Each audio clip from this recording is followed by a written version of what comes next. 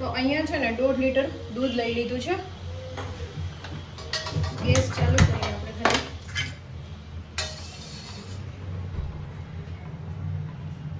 કે તમે આંગળી ઈઝી રીતે રાખી શકો એટલું જ ગરમ કરવાનું છે. અને અહીંયા છે ને લીંબુનો રસ લઈ લીધો છે મેં. આપણે 1 ચમચી એડ કરતા જશું અને આવી રીતે મિક્સ કરતા જશું. અને ગેસ છે ને ઓફ કરી દેવાનો છે, એ વાતનું ખાસ ધ્યાન રાખવાનું છે.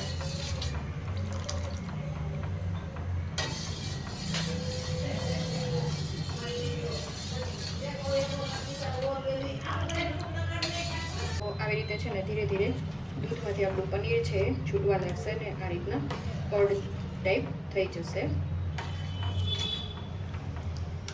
એક્સેસ વોટર છે બધું કાઢી નાખશે.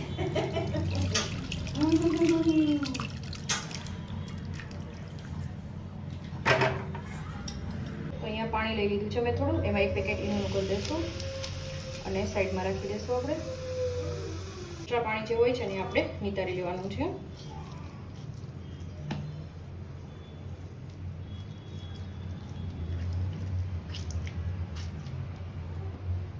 પનીર લઈ લઈશું. ઈનો વાળું જે પાણી હતું એ આપણે એડ કરી દઈશું. નમક એડ કરી દઈશું. 4 ચમચી ઘી એડ કરી દઈશું.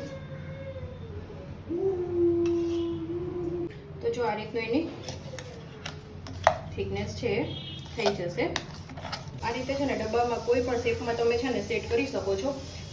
અને આ રીતે ડબ્બામાં ભરીને આપણે ફ્રીઝરમાં સેટ થવા માટે રાખી દઈશું. તો ફ્રેન્ડ્સ આ રીતના છે ને ચીઝ રેડી થઈ ગયું છે. એમાં થોડુંક ચીઝ મેં અલગ લઈ લીધું છે અને હું તમને ખમણીને પણ બતાવું. જો આપણું ચીઝ છે બનીને રેડી થઈ ગયું છે. જે બાળકોને ખૂબ જ ફેવરિટ છે, મોટાને ખૂબ જ ફેવરિટ છે. અને પિઝામાં, બ્રેડમાં તમે આ રીતના યુઝ કરીને તમે લઈ શકો છો. કોઈ પણ એસેન્સ કે કોઈ પણ કેમિકલ વગર ફ્રેન્ડ્સ. તો આઈ હોપ કે આજનો વિડીયો તમને પસંદ આવ્યો હશે. ફ્રેન્ડ્સ વિડીયો થોડો પણ પસંદ આવ્યો હોય તો ચેનલને લાઇક, શેર અને સબસ્ક્રાઇબ કરવાનું બિલકુલ ભૂલતા નહીં.